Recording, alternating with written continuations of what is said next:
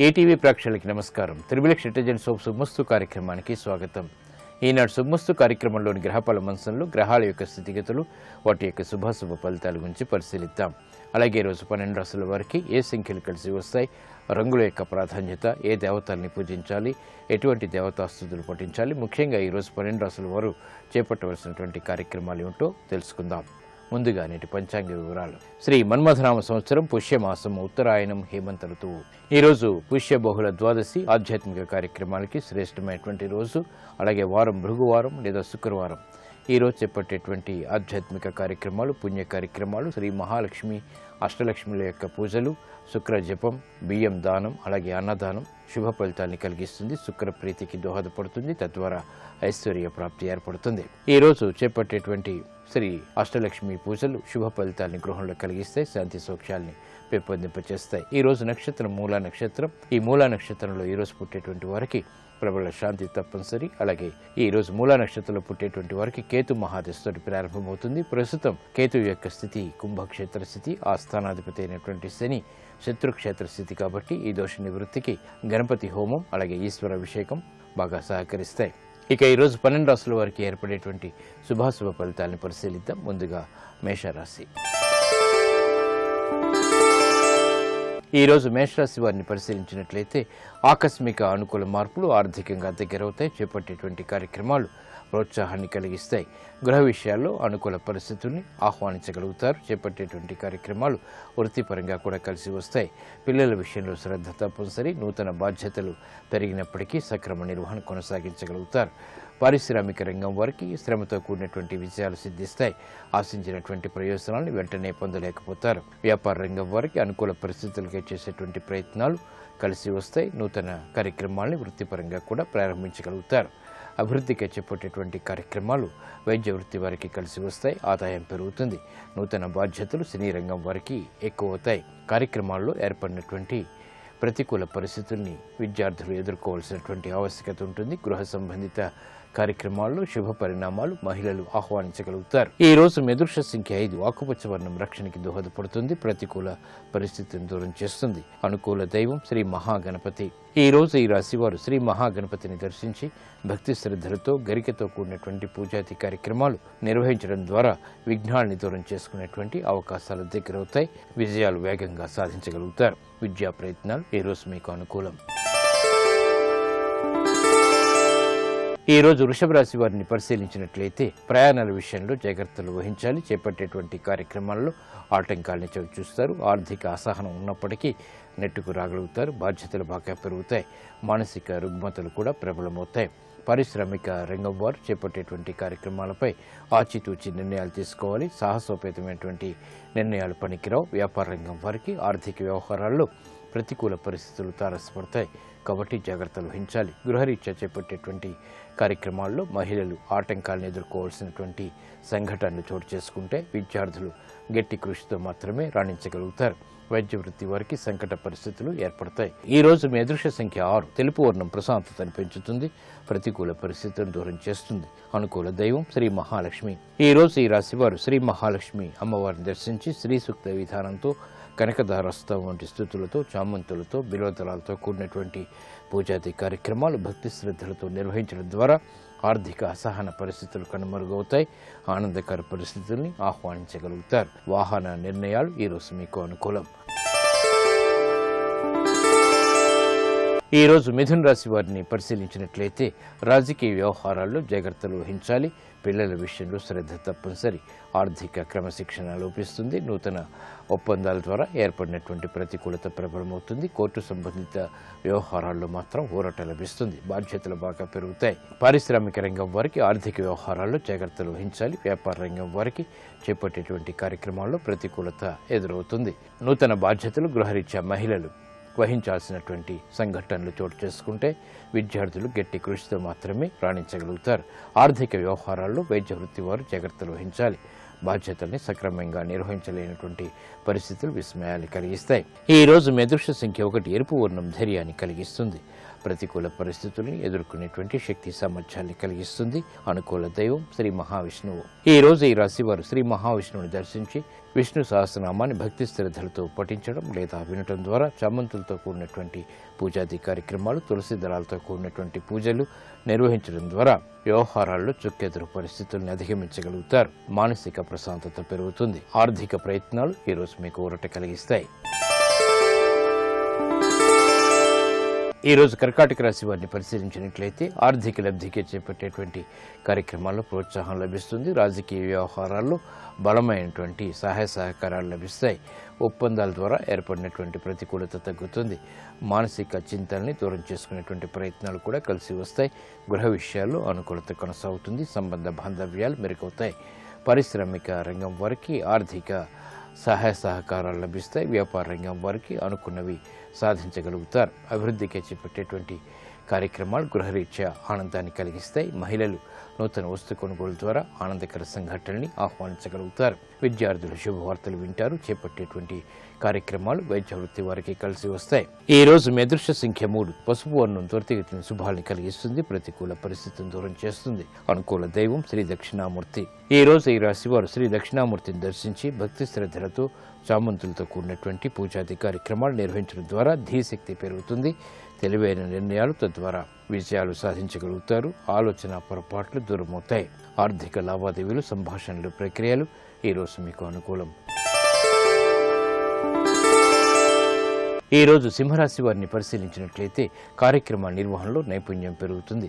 లాభదాయకమైనటువంటి కార్యక్రమ నిర్వహణ వ్యాపారరీత్యా కొనసాగించగలుగుతారు. అసహన పరిస్థితులను ఎదుర్కొనేటువంటి ధైర్య సాహసాలు వెనంటి ఉంటాయి. సాహస నిర్ణయాలు వ్యాపారపరంగా కూడా కలిసి వస్తాయి. నూతన ఒప్పందాల ద్వారా అభివృద్ధి చేకూరుతుంది. ఆరోగ్య విషయంలో ప్రతికూలత తగ్గుతుంది. పారిశ్రామిక రంగం వారికి దూకుడు నిర్ణయాల ద్వారా విజయాలు సాధించగలుగుతారు. ప్రత్యర్థుల్ని చిత్తు చేసేటువంటి ప్రణాళికలు కలిసి వస్తాయి. వ్యాపార రంగం వారికి అనుకూల పరిస్థితులు ఆర్థిక పరంగా కలిసి వస్తాయి. నూతన కార్యక్రమాలు గృహరీత్యా మహిళలు ప్రారంభించగలుగుతారు. అభివృద్ధి గోచరిస్తుంది. అనుకూల పరిస్థితులు విద్యార్థులకి ఆనందాన్ని కలిగిస్తాయి. సంయమనంతో కూడినటువంటి విజయాలు వైద్య వృత్తి వారు సాధించగలుగుతారు. కార్మిక రంగం వారికి అనుకూల పరిస్థితులు తారసపడతాయి. ఈ రోజు మీ అదృష్ట సంఖ్య 9. ఎరుపు వర్ణం ధైర్యాన్ని కలిగిస్తుంది. ప్రతికూల పరిస్థితులను దూరం చేస్తుంది. అనుకూల దైవం సుబ్రహ్మణ్య స్వామి. ఈ రోజు ఈ రాశి వారు సుబ్రహ్మణ్య స్వామిని దర్శించి ఎర్రటి పుష్పాలతో కూడినటువంటి పూజాది కార్యక్రమాలు నిర్వహించడం ద్వారా ఆర్థిక వ్యవహారాల్లో మెరుగైనటువంటి మార్పులు చోటు చేసుకుంటాయి. మానసిక వేదనలు తగ్గుతాయి. స్థిరాస్తి నిర్ణయాలు ఈరోజు మీకు అనుకూలం. ఈ రోజు కన్యారాశి వారిని పరిశీలించినట్లయితే వాహన విషయాల్లో అనుకూలత ఏర్పడుతుంది. మాతృ సంబంధిత వ్యవహారాల్లో విజయాలు సాధించగలుగుతారు. నూతన కార్యక్రమాలు గృహరీత్యా చేపట్టగలుగుతారు. ఆనందకర వాతావరణం వృత్తిరీత్యా దగ్గరవుతుంది. చేపట్టేటువంటి కార్యక్రమాలు ప్రోత్సాహాన్ని కలిగిస్తాయి. పారిశ్రామిక రంగం వారికి ఆర్థిక అనుకూలత పెరుగుతుంది. సాహస నిర్ణయాలు తద్వారా విజయాలు చేతికి అందుతాయి. వ్యాపార రంగం వారికి అనుకూల పరిస్థితులు, ఒప్పందాలు లాభిస్తాయి. నూతన కార్యక్రమాలు విద్యార్థులు ప్రారంభించగలుగుతారు. ఉద్యోగస్తులు శుభవార్తలు వింటారు. ఉన్నతికై చేపట్టేటువంటి కార్యక్రమాల్లో ప్రోత్సాహం లభిస్తుంది. కార్యక్రమ నిర్వహణలో నైపుణ్యం వైద్య వృత్తి వారికి ఏర్పడుతుంది. వ్యవహారాల్లో చుక్కెదురు పరిస్థితులను కార్మిక రంగం వారు ఎదుర్కోగలుగుతారు. ఈ రోజు మీ అదృష్ట సంఖ్య 1. ఎరుపు వర్ణం ధైర్యాన్ని కలిగిస్తుంది. ప్రతికూల పరిస్థితులను దూరం చేస్తుంది. అనుకూల దైవం శ్రీ వెంకటేశ్వర స్వామి. ఈ రోజు ఈ రాశి వారు శ్రీ వెంకటేశ్వర స్వామిని దర్శించి భక్తి శ్రద్ధలతో పూజాది కార్యక్రమాలు నిర్వహించడం ద్వారా విజయాలు దగ్గరవుతాయి. చేపట్టేటువంటి కార్యక్రమాలు ప్రోత్సాహాన్ని కలిగిస్తాయి. విదేశీ లావాదేవీలు, సంభాషణలు, ప్రక్రియలు ఈ రోజు మీకు అనుకూలం. ఈ రోజు తులారాశి వారిని పరిశీలించినట్లయితే ఆర్థిక అసహనం తగ్గుతుంది. చేపట్టేటువంటి కార్యక్రమాలు ప్రోత్సాహాన్ని కలిగిస్తే ఉద్యోగ సంబంధిత ప్రయత్నాల్లో ఏర్పడినటువంటి ప్రతికూలత తగ్గుతుంది. కార్యక్రమ నిర్వహణలో ప్రాధాన్యత పెరుగుతుంది. ఆశించినటువంటి ప్రయోజనాలు గృహరీత్యా కూడా పెంపొందింప చేసుకోగలుగుతారు. పారిశ్రామిక రంగం వారికి అభివృద్ధి కొనసాగుతుంది. వృత్తిలో చేపట్టేటువంటి కార్యక్రమాలు వ్యాపార రంగం వారికి అనుకూలతను పెంపొందింపచేస్తాయి. ఆర్థిక వ్యవహారాలు మహిళలకు ఆనందాన్ని కలిగిస్తాయి. నూతన కార్యక్రమాలు ఉద్యోగస్తులు చేపట్టగలుగుతారు. మానసిక ప్రశాంతత ఆధ్యాత్మిక రంగం వారికి దగ్గరవుతుంది. అభివృద్ధికి చేపట్టేటువంటి కార్యక్రమాలు న్యాయవాద వృత్తి వారికి కలిసి వస్తాయి. నూతన కార్యక్రమాలను శరీరంగం వారు ప్రారంభించగలుగుతారు. ఆదాయాన్ని పెంపొందింప చేసుకునేటువంటి ప్రణాళికలు లాభిస్తాయి. ఈ రోజు మీ అదృష్ట సంఖ్య 6. తెలుపు వర్ణం ప్రశాంతతను పెంచుతుంది, ప్రతికూల పరిస్థితులను దూరం చేస్తుంది. అనుకూల దైవం శ్రీ మహాలక్ష్మి. ఈ రోజు ఈ రాశివారు శ్రీ మహాలక్ష్మి అమ్మవారిని దర్శించి శ్రీ సూక్త విధానంతో బిల్వదళాలతో చేపట్టేటువంటి పూజాది కార్యక్రమాలు వేగవంతమైన అనుకూల మార్పుల్ని ఆర్థికంగా కలిగిస్తుంది. ఆనందం దగ్గరవుతుంది. వాహన కొనుగోలు వంటివి ఈ రోజు మీకు లాభదాయకం. ఈ రోజు వృశ్చిక రాశి వారిని పరిశీలించినట్లయితే ఉద్యోగ వ్యవహారాల్లో అనుకున్నవి సాధించగలుగుతారు. ఆర్థిక ప్రయోజనాలు దగ్గరవుతాయి. లాభదాయకమైనటువంటి కార్యక్రమ నిర్వహణ రాజకీయ రంగం వారికి దగ్గరవుతుంది. చేపట్టేటువంటి కార్యక్రమాలు గృహరీత్యా ప్రోత్సాహాన్ని పెంచుతాయి. పెట్టుబడుల్లో ఏర్పడినటువంటి ప్రతికూలత తగ్గుతుంది. ఆరోగ్య విషయంలో కూడా ప్రతికూలత తగ్గుతుంది.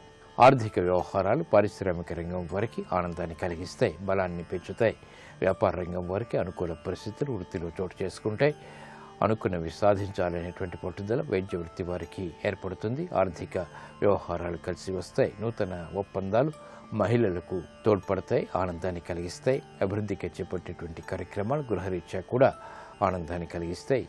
వ్యవహారాల్లో చుక్కెదురు పరిస్థితులను న్యాయవాద వృత్తి వారు ఎదుర్కోగలుగుతారు. ఈ రోజు మీ అదృష్ట సంఖ్య 6. పసుపు వర్ణం త్వరితగతిని శుభాల్ని కలిగిస్తుంది, ప్రతికూల పరిస్థితులను దూరం చేస్తుంది. అనుకూల దైవం మహాగణపతి. ఈ రోజు ఈ రాశివారు మహాగణపతిని దర్శించి గణపతి ఉపనిషత్తు పఠించడం లేదా వినటం ద్వారా విఘ్నాల్ని దూరం చేసుకోగలుగుతారు. అసహన పరిస్థితులు దూరమవుతాయి. ఆర్థిక వ్యవహారాల్లో విజయాలు సాధించగలుగుతారు.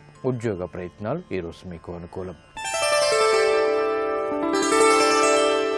ఈ రోజు ధనుస్సు రాశి వారిని పరిశీలించినట్లయితే వ్యయం పెరుగుతుంది.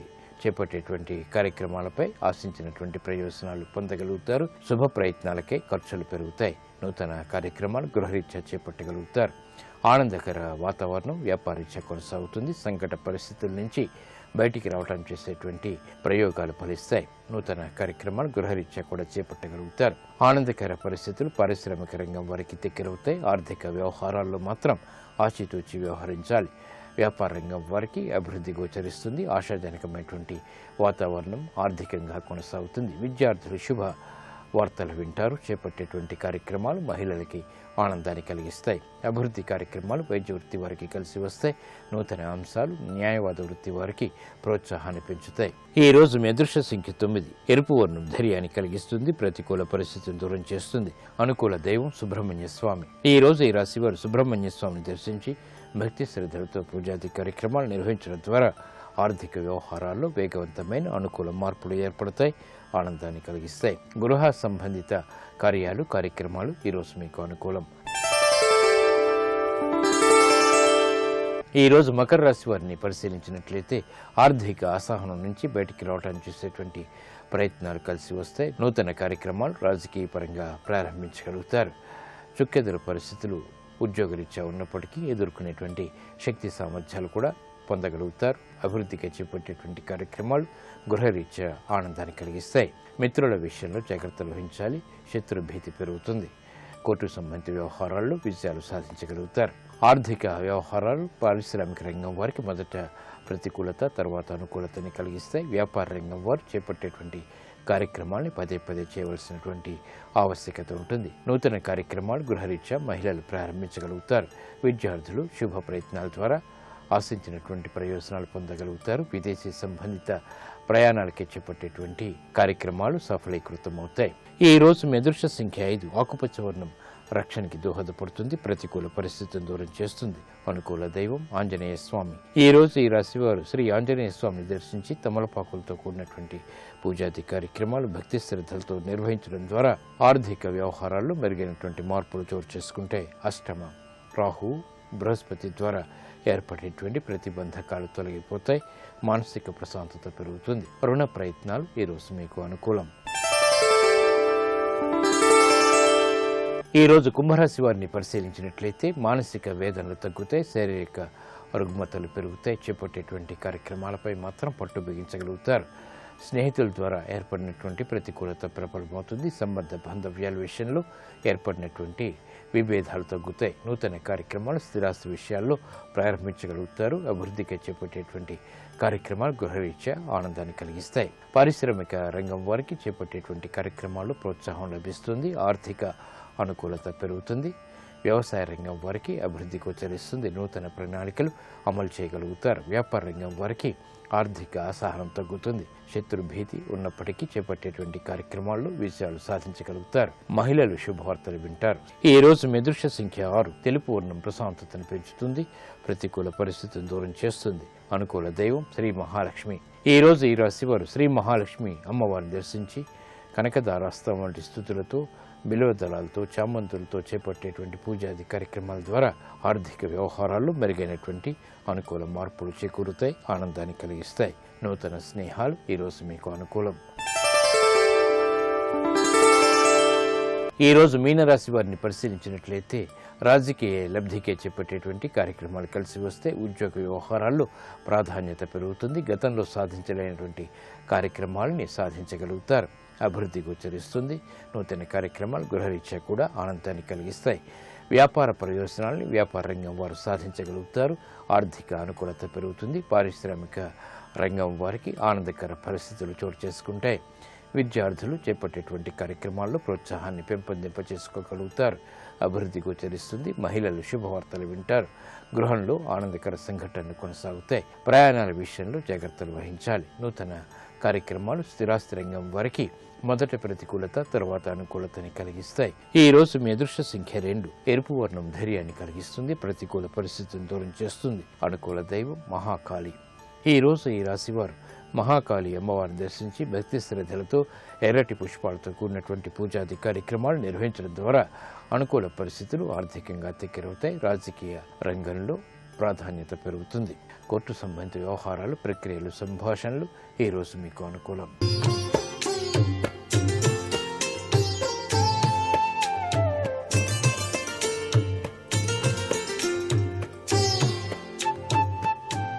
XXX డిటర్జెంట్ సోప్ శుభమస్తు కార్యక్రమంలో గృహబలం అంశానికి స్వాగతం. వాస్తుశాస్త్రం మానవ జీవితానికి చుక్కానిలా పనిచేస్తుంది అని చెప్పడంలో ఏమాత్రం సందేహం లేదు. వాస్తుశాస్త్ర దోషభూయిష్టమైనటువంటి ప్రభావాల్ని గమనించడానికి వాస్తుశాస్త్ర పరిజ్ఞాన పండితులు ఆ యొక్క స్థలాన్ని దర్శించినప్పుడు వాళ్ళంతటా వాళ్లే సమస్యల యొక్క ప్రభావాన్ని మీకు తెలియజేయాలి.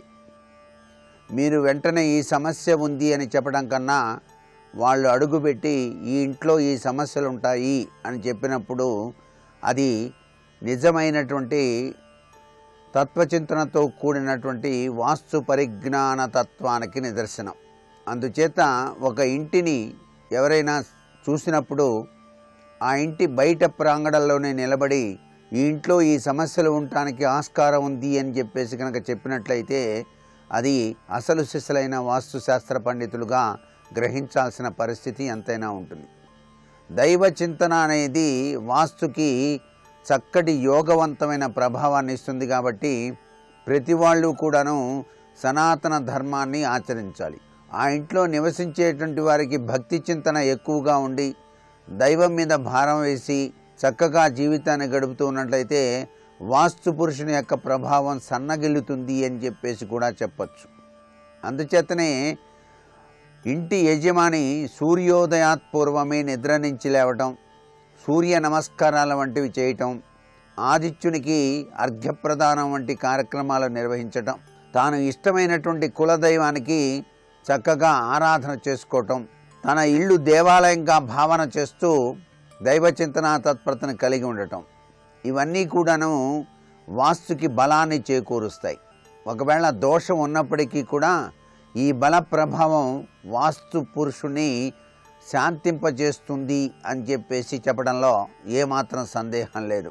అందుకనే ప్రతి ఇంటా కూడాను తులసి కోట ఉండాలి అన్నారు. తులసి కోటని కట్టినప్పుడు ఆ తులసి కోట వద్ద సంధ్యా సమయంలో ఇంటి ఇల్లాలు నువ్వుల నూనెతో దీపారాధన చేసి ప్రదక్షిణం గనక చేసి బెల్లం ముక్క నైవేద్యంగా సమర్పించినట్లయితే చక్కటి యోగవంతమైన ప్రభావం ఆ గృహంలోకి ప్రవేశిస్తుంది. అలాగే నిద్ర నుంచి లేవగానే సూర్యకిరణాలు ఇంటిలోకి ప్రవేశించేటట్టుగా ఎవరైతే ఆచరిస్తారో వారి ఇంట తప్పనిసరిగా వాస్తు దోషాలు పటాపంచలం కావడానికి ఆస్కారం ఉంది.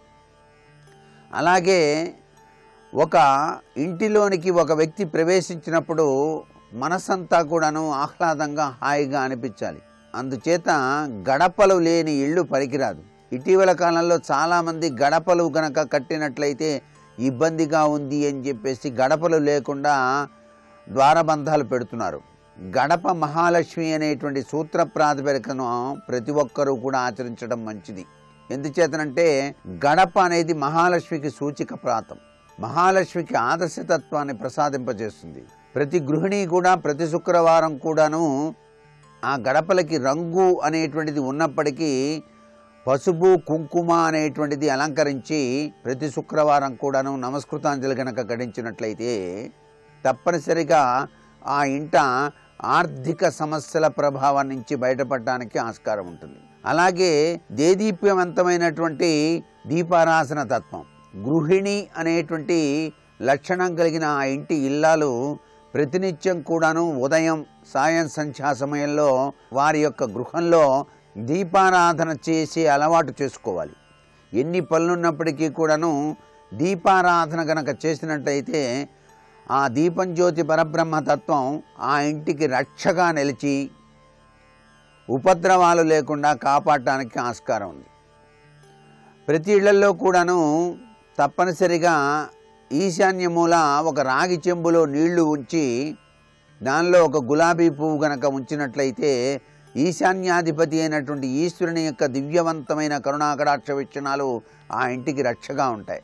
అందుచేతనే తప్పనిసరిగా గృహిణి యొక్క తత్వచింతన గృహం పైన లక్ష్మీ కటాక్ష వీక్షణాలని ప్రసరింపజేయటానికి అత్యధికంగా ఉపయోగపడుతుంది సుమా అని చెప్పేసి పూర్వకాలంలోనే కాదు నేటికి కూడాను వ్రతాలు నోములు అనేటువంటివి ఎక్కువగా నోములు ఆడవారికే ఎక్కువగా ఇవ్వటం జరిగింది.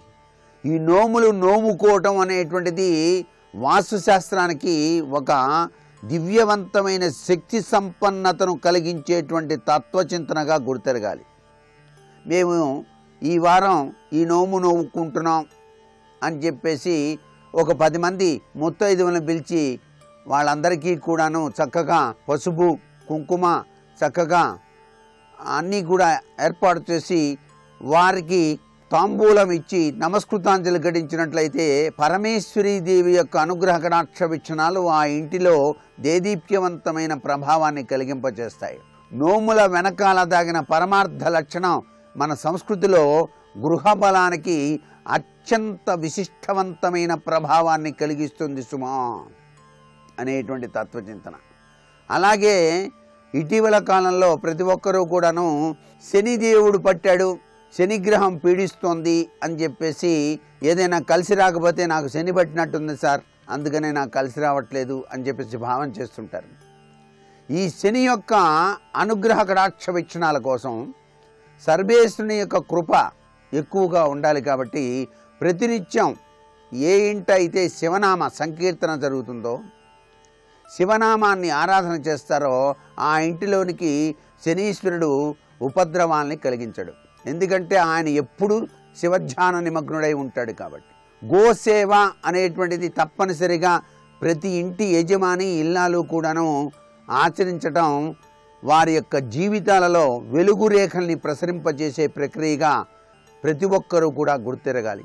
అందుకనే ముఖ్యమైన పర్వదినాల్లో అయినా సరే గోవుకు చక్కగా ఆ యొక్క పుష్టభాగం వద్ద పసుపు కుంకుమ అద్ది నమస్కృతాంజలి ఘటించి ప్రదక్షిణ చేయటం, గోవుకు కావలసినటువంటి ఆ యొక్క పచ్చగడ్డి, కాయకూరలు, ఆకుకూరలు లాంటివి పెట్టి నమస్కృతాంజలి ఘటించడం కనుక చేసినట్లయితే ఆ గోమహాలక్ష్మి యొక్క అనుగ్రహ కటాక్ష వీక్షణాలు దురదృష్టాన్ని తొలగించి అదృష్టాన్ని మీ గృహయోగంలో కలిగింపజేయటానికి సహకరిస్తాయి అని చెప్పేసి చెప్పవచ్చు.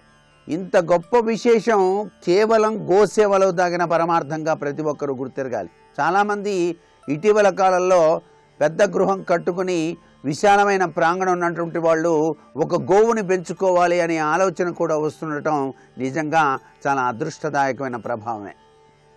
కపిల గోవు మంచిదా, తెల్ల గోవు మంచిదా ఇట్లా ఆలోచిస్తుంటారు.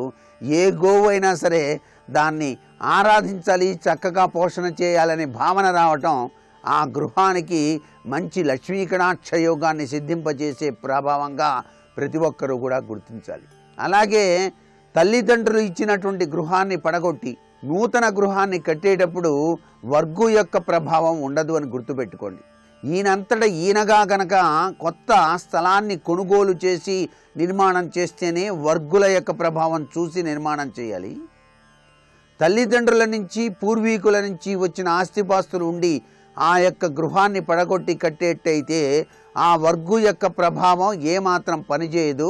అది తల్లిదండ్రుల నుంచి సంక్రమించినటువంటి ఆస్తిపాస్తుల ప్రభావం కాబట్టి చక్కగా ప్లాన్ వేసుకొని ఇంటి నిర్మాణం చేసుకోవడంలో ఏమాత్రం తప్పు లేదు. ఒక గృహాన్ని పడగొట్టిన తర్వాత కనీసం 3 నెలల పాటు సూర్యకిరణాల ప్రభావం ఆ మట్టి మీద పడాలి.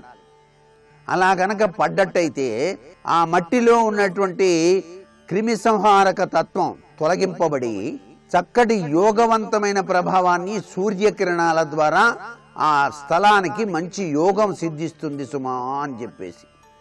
అందుచేతనే ఇళ్ళు పడగొట్టగానే నిర్మాణం చేయకూడదు.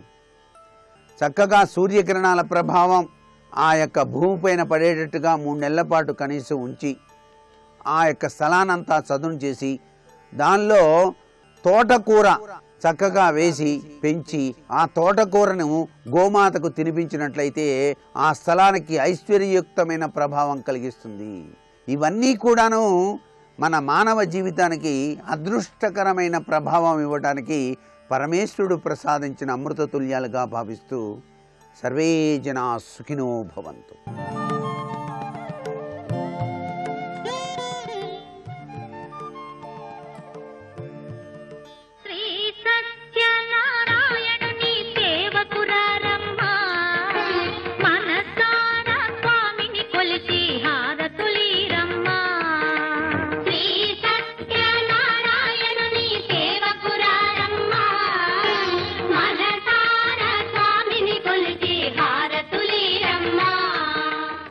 పాలు పట్టుకెళ్ళి శివలింగం మీద పోసిన, సత్యనారాయణ స్వామి వారి మీద పోసిన పుణ్యాన్ని పొంది ఊర్ధ్వలోక వాసాన్ని పొందుతున్నాడు.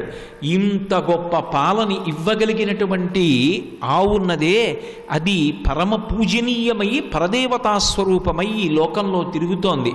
ఆ పాలు ఎంత కమ్మగా ఎంత శ్రేష్టంగా సమీకృత ఆహారమై శరీరమును పోషణ చేస్తాయో, పాలొక్కటి తాగి పడుకున్నాడు అనుకోండి భోజనం చేసినట్టే. పాలు సమీకృత ఆహారం. ఆ వాగ్దేవి యొక్క కటాక్షాన్ని పొందినటువంటి వ్యక్తి యొక్క మాటలు కూడా పాల అంత స్వచ్ఛంగా అంత కమ్మగా ఆత్మని పోషకత్వంతో నిలబెట్టగలిగినటువంటి సమర్థత కలిగినవై ఉంటాయిట. ద్రాక్ష పండు చూడండి, అన్ని పళ్ళల్లోకి తేలికగా తినడానికి ఉపయుక్తమైన పండేది అంటే ద్రాక్ష పండు. దానికి ఏం తొక్క కూడా తీయక్కర్లేదు.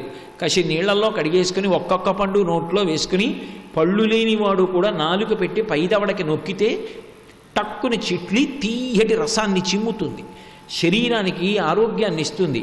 అందులో ఉన్నటువంటి పిప్పి కూడా బయటికి వదిలిపెట్టక్కర్లేదు, అది కూడా సారభూయిష్టమై శరీరాన్ని కాపాడుతుంది. ద్రాక్షరసం ఎలా ఉంటుందో, పాలు ఎలా ఉంటాయో, తేనె ఎలా ఉంటుందో అలా ఆ విన్న మాటల వలన అందరూ కూడా పరిపుష్టిని పొంది ఉన్నతమైనటువంటి సంస్కారమును పొంది మరింత వృద్ధిని పొందడానికి వీలైనటువంటి రీతిలో అత్యంత సారవంతమైన మాటలు ఎవరి నోటి వెంట ఎప్పుడూ వస్తూ ఉంటాయో, అది కూడా ఎలా ఆపదలందు ధైర్యగుణ మంచిత సంపదలందు దాల్మియున్ భూపసభాంతరాళమున పుష్కళవాక్యతురత్వమాజి బాహాపటు శక్తియున్ యశమునందనురక్తియు ప్రకృతి సిద్ధగుణంబులు సజ్జనాళికిన్నంటాడు భర్తృహరి. ఏదో ఒక చోట గొట్టంలోంచి నీళ్లు పడిపోతుంటే దాని కిందకి తీసుకెళ్ళి ఒక పాత్ర పెడితే ఆ పాత్ర నీటితో నిండిపోయిన తరువాత ఇక నీరు పట్టనటువంటి పాత్ర యొక్క అంచుల నుండి నీరు కిందకి కారిపోయినట్టుగా భగవంతుని గురించి చెప్పవయ్యా అని అడిగినంత మాత్రం చేత తాను అనుభవించినటువంటి భగవంతుని యొక్క గుణముల వలన కలిగినటువంటి సంతోషము మనసులో పట్టక పైకి ఉబికి ఎవరి నోటి నుండి వాక్యముల రూపంలో పైకి వచ్చి ప్రవహించి సభలో కూర్చున్నటువంటి వారి చెవులలోంచి వారి మనసులలోకి వెళ్ళి వారికి ఉపశాంతినిచ్చి భక్తినిచ్చి జ్ఞానమిచ్చి వైరాగ్యమిచ్చి వారి జీవితాల్లో ఒక మార్పు తీసుకొస్తుందో అలా మాట్లాడగలిగినటువంటి ప్రజ్ఞని ఇవ్వగలిగినటువంటి తల్లి ఎవరో ఆమె సత్యవతి. ఆమె వాగ్దేవతా స్వరూపిణి. అంటే సరస్వతీ కటాక్షంలో అత్యంత పై స్థాయిలో నిలబడేటటువంటి తల్లి. ఆవిడ అనుగ్రహం ఉన్నదా? వాడికి దేనితో సంబంధం లేదు. యోగరతో వా భోగరతో వా సంగరతో వా సంగవిహీన యస్య బ్రహ్మణి రమతే చిత్తం నందతి నందతి నందత్యేవ.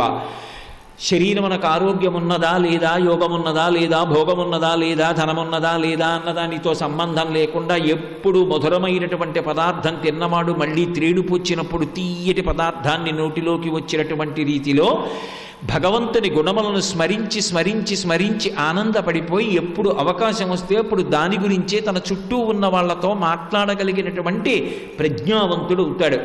అటువంటి వాగ్దేవీ కటాక్షాన్ని ప్రసరించగలిగినటువంటి సరస్వతీ స్వరూపానికి సత్యవతీదేవి అని పిలుస్తారు. ఆమె బ్రహ్మశక్తి. అటువంటి తల్లి ఆ అనంత లక్ష్మీ సత్యవతీ దేవి. అంటే ఇప్పుడు అర్థమైంది? రుద్రశక్తి అయినటువంటి పార్వతి, విష్ణుశక్తి అయినటువంటి లక్ష్మి, బ్రహ్మశక్తి అయినటువంటి సత్యవతి లేదా ఆ వాగ్దేవి, ఈ ముగ్గురు కలిపి దేవి. దేవి అన్న మాటకు అర్థం ఏంటంటే దివు అని. దివు అంటే ప్రకాశించున్నది. నిజమునకు ఆమెకు రూపము లేదు. ఆమె తటిల్లత సమరుచి షట్చక్రోపరి సంస్థిత అని లలితా సహస్రం. పార్వతీదేవి ఎలా ఉంటుంది అంటే తటిల్లత, మెరుపు తీగ ఎలా ఉంటుందో అలా ఉంటుంది. లక్ష్మీదేవి ఎలా ఉంటుంది? హిరణ్యవర్ణాం హరిణీం సువర్ణ రజతస్రజాం, బంగారు తీగ ఎలా ఉంటుందో అలా ఉంటుంది. సరస్వతీదేవి ఎలా ఉంటుంది? శరజ్యోత్స్నా శుద్ధాం శశియుత జటాజూటమకుటాం. శరజ్యోత్స్న అంటే శరత్కాలంలో ఉండేటటువంటి చంద్రబింబంలోని కాంతి ఎలా ఉంటుందో అలా ఉంటుంది. అంటే నిజానికి అమ్మవారి యొక్క లక్షణం ఏమిటి? కాంతి స్వరూపిణి. ఆవిడ కాంతి రూపంలో ఉంటుంది. కాంతి రూపంలో ఉండి లోకాన్ని కాపాడుతూ ఉంటుంది ఆవిడ. అందుకే మీరు చూడండి, ప్రతి ప్రాణి యందు ఏదో ఒక కాంతి ఉంటుందో. తామర పువ్వు చూడండి, ఒక కాంతి. ఒక చామంతి పువ్వు చూడండి, ఒక కాంతి. ఒక మల్లె పువ్వు చూడండి, అందులోంచి ఒక వెలుగు. అది లక్ష్మీదేవి. ఆ తేజస్సు ఉన్నదే, ఆ ఉత్సాహం ఉన్నదే, ఆ సంతోషం ఉన్నదే, ఆ మంచి గుణములన్నీ కూడా లక్ష్మీ స్వరూపం. అవన్నీ సరస్వతీ స్వరూపం, అవన్నీ పార్వతీ స్వరూపం. ఈ దివు, ఈ కాంతి రూపముతో ఉండదు. నిజానికి అది ఒక కాంతి స్వరూపం అంతే. అసలు నిజానికి పరబ్రహ్మం కూడా అంతే. పురుషస్వరూపంగా చెప్పినప్పుడు ఎలా ఉంటాడు అంటే కాంతిగా ఉంటాడు. నీవారస్సూకవత్తన్వీ పీతాభాస్వత్యనూపమా. భా అంటే కాంతి. వడ్డుగింజ యొక్క చివరి భాగాన్ని ఇలా రాస్తే ఆ ముళ్ళు గీరుకుంటే ఎలా ఉంటుందో అంత కాంతి స్వరూపమై ఇక్కడ వెలుగుతూ ఉంటాడు. కాబట్టి ఇప్పుడు అసలు యథార్థంగా భగవంతుని యొక్క రూపమేది? కాంతి.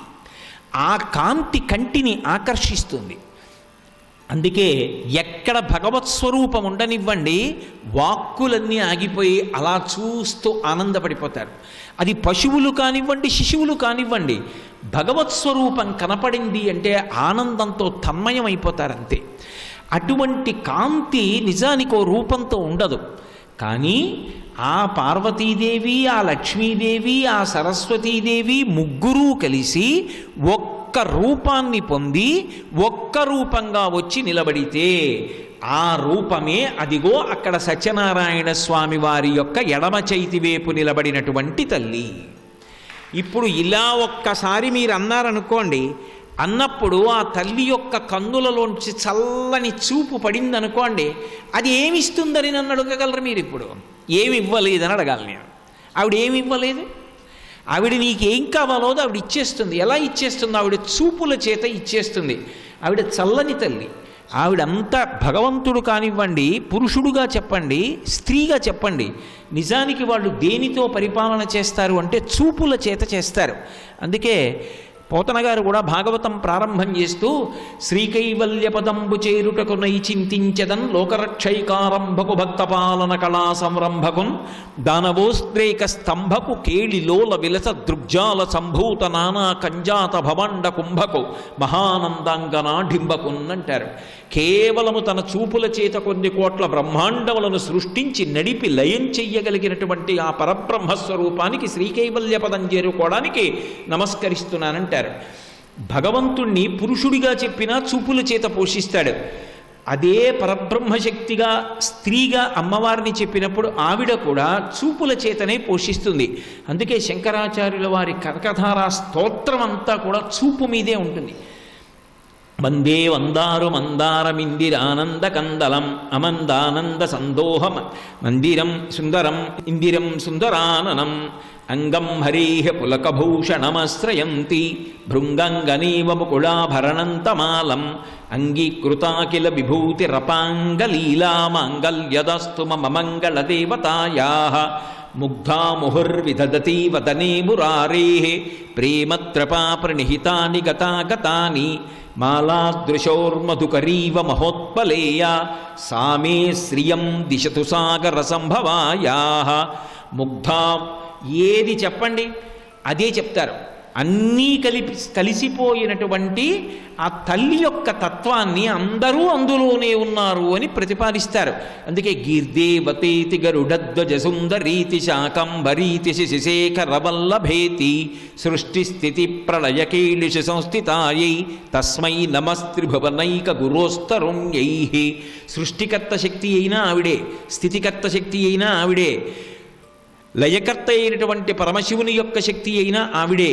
ఆ ముగురమ్మల మూలపుటమ్మ అమ్మల గన్నయమ్మ ముగురమ్మల మూలపుటమ్మ చాలా పెద్దమ్మ సురారులమ్మ కడుపారడి బుచ్చిన యమ్మ తన్నులో నమ్మిన వెల్పుటమ్మల మనంబున ఉండెడి యమ్మ దుర్గమాయమ్మ కృపాబ్ధినిత్యుత మహత్వ కవిత్వ పటుత్వ సంపదల్లంటారు పోతన గారు. ఆ ముగురమ్మలు కలిసిపోయినటువంటి పెద్దమ్మ యొక్క స్వరూపంగా ఒక చోట కాంతి పుంజము ఘనీభవిస్తే అది అదిగో అమ్మవారి రూపంగా నిలబడింది. నాకు తెలిసినంత వరకు యావత్ భారతదేశంలో అటువంటి అమ్మవారి స్వరూపం లేదు ఇంకా. అది ఒక్క అన్నవర క్షేత్రానికే దక్కింది ఆ వైభోగం. అందుకే అనంత లక్ష్మీ సత్యవతి దేవి. దేవి అంటే దివ్ ప్రకాశము గనీభవించినది, క్రీడించున్నది అని ఒక అర్థం. ఆవిడ అనుగ్రహం కలిగిందా, తెర తీసేసి పరబ్రహ్మాన్ని చూపిస్తుంది. ఆవిడ అనుగ్రహం కలగలేదా, ఇంద్రియ లౌల్యం కల్పిస్తుంది. అందుకే చూడండి సుందరకాండలో అదే సీతమ్మ శిశుపావృక్షం కింద కూర్చుంది, చెట్టు మీద హనుమ కూర్చున్నారు, ఎదురుగుండా రావణాసురుడు కూర్చున్నాడు. ఆవిడే చెప్పింది నిజానికి విధిస్తవ పదార్థాయ విహితో నత్ర సంశయ అంది. ఓరి రావణ, నీ తరం రా నన్ను తీసుకురావడం, నువ్వు తీసుకురాగలవా? నువ్వు తీసుకురాలేవు, నీ వల్ల కాదు. కానీ నాపహర్తుమహం శక్త్యా, నన్ను తీసుకురావడం, నన్ను అపహరించడం నీ చేతనైన పని కాదు. కానీ నేను ఎందుకు వచ్చానో తెలుసా? నువ్వు చచ్చిపోవడానికి ఇదొక్కటే మార్గం, అందుకు వచ్చాను. నన్ను నువ్వు అపహరించేటట్టుగా నీ యందు బుద్ధి పుట్టి నేను అపహరించి తెచ్చాననేటటువంటి అహంకారం నీకు కలిగితే నీ మృత్యువుని నువ్వు వండుకుంటున్నావురా అందావిడ. అదే తల్లిని పైనుంచి హనుమ చూస్తున్నారు. ఆహా, ఏమి తల్లి జగన్మాత! ఇటువంటి తల్లి లోకంలో ఎక్కడైనా ఉంటుందా? రాజ్యం వా స్త్రిషులోకేషు, ఈ లోకాలలో ఉన్నటువంటి సంపదనంతటినీ తీసుకొచ్చి తక్కెట్లో ఒక పక్కన పెట్టి ఒక పక్క సీతమ్మని పెడితే 3 లోకముల ఐశ్వర్యం ఈ తల్లిలో 16వ వంతుకు సరిపోదన్నారు. పైనున్న వారికి జగన్మాతగా కనపడుతోంది, ఎదురుగుండా నిలబడిన వాడికి సామాన్య స్త్రీగా కనపడుతోంది. ఎవడు అలా చూశాడో వాడి 10 తలలు తెగిపోయి రాబందులు తంతుండగా యుద్ధభూమిలో పడిపోయాడు. ఎవడు పైనుంచి అలా చూశాడో ఆయన భవిష్యత్ బ్రహ్మ అయ్యాడు. అలా చూడగలిగినా ఆవిడ అనుగ్రహమే, ఇలా చూసి పతనమైపోయినా ఆవిడ అనుగ్రహం లేకపోవడమే. అందుకే ఆవిడ క్రీడిస్తూ ఉంటుంది ఈ లోకంతో. ఎలా క్రీడిస్తూ ఉంటుంది అంటే మహామాయా విశ్వం భ్రమయసి పరబ్రహ్మ మహిషి అన్నారు శంకరాచార్యుల వారు సౌందర్యలహరిలో. ఏమిటి ఆవిడ ఆట అంటే ఎవరు భక్తితో వంగి నమస్కరించగలరో వాళ్ళని భగవంతుని వైపుకి తిప్పుతుంది. ఎవడు నమస్కరించలేక 2 చేతులు కలపలేడో, ఎవడు వంగలేడో, ఎవడు అహంకారంతో ప్రవర్తిస్తాడో వాడి ఇంద్రియములకు మేత బాగా వేసి వాడు ఇంద్రియముల యొక్క సుఖమునకు లోలుడైపోయేటట్టుగా చేసి పతనం చేస్తుంది. అలా క్రీడిస్తుంది ఆవిడ. అలా క్రీడించగలిగినది కాబట్టి దేవి. అమ్మా, ఈ లోకమంతా కూడా నీకు బొమ్మరిల్లు, ఈ బొమ్మరింటితో నువ్వు ఆడుకుంటూ ఉంటావు, అటువంటి తల్లివి అని చెప్పడానికి ఆమె అనంత లక్ష్మీ సత్యవతీదేవి. మహాత్ములైనటువంటి వారు అలా దర్శనం చేశారు. అందుకే తిక్కన సోమయాజికి మహాభారతాన్ని ఆంధ్రీకరిస్తుంటే ఇద్దరిగా కనపడలేదు, ముగ్గురిగా కనపడలేదు ఆవిడ. శ్రీయన గౌరినాబరగు చెల్వగు చిత్తము పల్వవింప భద్రాయితమూర్తి హరిహరంబగు రూపము దాల్చి విష్ణు రూపాయ నమశివాయయంచు పల్కు భక్తజన వైదికాధ్యాయితకిచ్చమెచ్చు పరతత్వము గొల్చెద నిష్టసిద్ధికిన్నన్నాడు ఆయన. శ్రీయన గౌరినాబరగు చెల్వగు చిత్తము పల్లవింప అని మొదలుపెట్టాడు. ఆ శ్రీ ఈ గౌరి, ఆ లక్ష్మికి గౌరికి నాకు భేదం కనపట్టలేదు, ఇద్దరూ కలిపి ఒక్కటే అన్నాడు. నిజానికి ఉండేది అంతే కదూ. లక్ష్మీ అష్టోత్తరం చెప్తూ నవదుర్గాం మహాకాళీం బ్రహ్మ విష్ణు శివాత్మికాం త్రికాలజ్ఞాన సంపన్నాం అని పిలవట్లా? పార్వతీదేవి నామాల్లో లక్ష్మీదేవి యొక్క నామాలు చెప్పట్లా? ఉండేటటువంటిది ఒకే ఒక్క తత్వము. ఆ తత్వము ఎప్పుడెప్పుడు ఎవరికి ఏది ఇవ్వాలో అది ఇవ్వవలసి వచ్చినప్పుడు ఆ దుస్తులు ధరించి కూర్చుంటుంది. అమ్మవారు సరస్వతీ కటాక్షం ఇవ్వాలనుకుంటే తెల్లటి బట్ట కట్టుకుని వీణ పట్టు కూర్చుని అనుగ్రహిస్తుంది. ఆ తల్లి లక్ష్మీ కటాక్షం ఇవ్వాలంటే పచ్చటి పట్టుబట్ట కట్టు కూర్చుని ఐశ్వర్యాన్ని ఇస్తుంది. ఆ తల్లి శక్తిని ఇవ్వాలనుకున్నప్పుడు ఎర్రటి బట్ట కట్టుకుని అనుగ్రహిస్తుంది. ఎవరికి ఏది అనుగ్రహించాలన్నా ఆ శక్తి. మీరు ఎక్కడైనా దేవాలయంలో చూడండి, శివాలయం అంటే పార్వతీదేవి అంటాం. అసలు బ్రహ్మగారికి దేవాలయం లేదనుకోండి, ఒకవేళ శారదాదేవి గుడి అంటే సరస్వతీదేవి మందిరం. ఒకవేళ లక్ష్మీదేవి దేవాలయం అన్నామనుకోండి, ఆవిడ పద్మాంలో కూర్చుని లక్ష్మీదేవిగా ఉంటుంది. కానీ ఒక్క అన్నవరంలో ఉన్న గొప్పతనం ఏమిటో తెలుసా? ఆ తల్లి పరబ్రహ్మస్వరూపిణి కనుక దేవి, ఆ తల్లియే వాగ్రూపిణి, ఆ తల్లియే లక్ష్మి, ఆ తల్లియే పార్వతి. ఇన్ని కలిసినటువంటి మూలపుటమ్మ ఎవరున్నదో ఆ లలితాపరాభట్టారిక, ఆ కంచి కామాక్షి, ఆ పరదేవత, ఆమె ఎవరున్నదో ఆమెయే ఆ పీఠం మీద విరాజమానురాలై కూర్చుంది. అలా కూర్చుని పూజలు అందుకునేటటువంటి తల్లి అన్నవరం వినా వేరొక క్షేత్రంలో అలా ఉన్నది అని నేను అనుకోవట్లేదు. అలా పూజలు అందుకుంటోంది ఇక్కడ ఉన్నటువంటి పరమాద్భుతమైనటువంటి విశేషాలలో ఒకటి యంత్రాలయం. మీరు చూడండి, ఆ యంత్రానికి చుట్టూ 4 దేవతలు ఉంటారు. విష్ణు పంచాయతనం, విష్ణు పంచాయతనం కాబట్టి మీరు ప్రదక్షిణ పురస్సరంగా బయలుదేరినప్పుడు మొట్టమొదట గణనాయకుడైనటువంటి విఘ్నేశ్వరుడు కనపడతాడు. ఇంకొంచెం ముందుకెళ్ళగానే మీకు సూర్యభగవానుడు కనపడతాడు. మళ్ళీ ఇలా కుడి చేతి వైపుకి తిరిగితే ఆ మూల బలాత్రిపుర సుందరీదేవి కనపడుతుంది. ఇంకొంచెం యువతలకు వస్తే పరమశివుడు ఉంటాడు. మధ్యలో యంత్రాలయం ఉంటుంది. ఆ యంత్రానికి చక్రస్వరూపంగా బ్రహ్మగారు ఉంటాడు, స్తంభస్వరూపంగా పరమశివుడు ఉంటాడు, పైన బిందువు మీద విష్ణు స్వరూపంగా నారాయణమూర్తి అయి సత్యనారాయణ స్వామి ఉంటారు. అంటే ఇప్పుడు ఇక్కడ ఉన్నటువంటి దేవాలయం ఎవరి దేవాలయం? 3 లోకములకు 3 కాలములకు 3 మూర్తులకును మూలమగుచు భేదమగుచు తుదిక భేదమయ్యొప్పారు బ్రహ్మమనగ నీవే ఫలనయన అంటారు పోతన గారు. హరి హర హిరణ్య గర్భాత్మకమైనటువంటి సత్యనారాయణ స్వామి అంటే 3 మూర్తులు కలిసి కొలువైనటువంటి స్వరూపం. సృష్టికర్త, స్థితికర్త, ప్రళయకర్త 3 యొక్క సమాహార స్వరూపమే సత్యనారాయణ స్వామి. 3 కలిపి దేవాలయమునందు విరాజమానులై ఉన్నారు.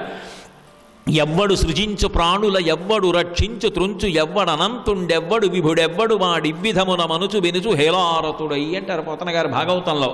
ఎవ్వడు సృజించు ప్రాణుల, ఎవ్వడు ఈ లోకాలన్నింటినీ సృష్టిస్తున్నాడో వాడు బ్రహ్మగారు, ఎవడు పడగొడుతున్నాడో వాడు శివుడు, ఎవడు నిలబెడుతున్నాడో వాడు విష్ణువు. అంటే ఉన్నదొక్కడే, వాడు 3గా కనపడుతుంటాడు. ఏకస్త్వమేవ బహుధా భవభాసి లోకే నిశంకధీర్ వృషభకేతన మల్లినాథ శ్రీభ్రామరి ప్రియ సుఖాశ్రయ లోకనాథ శ్రీమల్లికార్జున విభో తవ సుప్రభాతం అంటారు మల్లికార్జున సుప్రభాతంలో. ఆ ఉన్న ఒక్క పదార్థమే 3గా మారుతోంది. అలా ఎలా మారుతుందండి అని మీకు అనుమానమా? నేను మీకు ఒక విషయం చెప్తాను. నేనే ఓ కాగితం తీసుకొచ్చాను, ఓ కాగితం పడవ తయారు చేశాను. ఇప్పుడు ఆ పడవకి సృష్టికర్త ఎవరు? నేనే. ఇప్పుడు ఆ పడవని తీసుకెళ్ళి నీళ్లలో వేశాను. అది చక్కగా నీళ్ల మీద వెడుతోంది, వాన పడుతోంది, చూరులోంచి వానపడి నీళ్లు ఎడుతున్నాయి. ఆ పడవ చక్కగా వెడుతోంది. ఓ ఎంత అందంగా వెడుతోందో పడవని నా మనవణ్ణి తీసుకొచ్చి చూడరా పడవ ఎలా వెడుతోందో అన్నాను. తాత పడవ ఒక్కటి వెడితే ఎలా, పడవలో ఎవరన్నా కూర్చోవద్దు అన్నాడు. ఓ చిన్న ప్లాస్టిక్ బొమ్మ ఒకడిని తీసుకొచ్చి అందులో పెట్టా, చూడరా పడవ ఎక్కి ఎలా వెడుతున్నాడో అన్నాను. ఆ పడవ వెడుతోంది. కాసేపటికి అది నీళ్లు పీల్చుకుని ఒరుగుతోంది.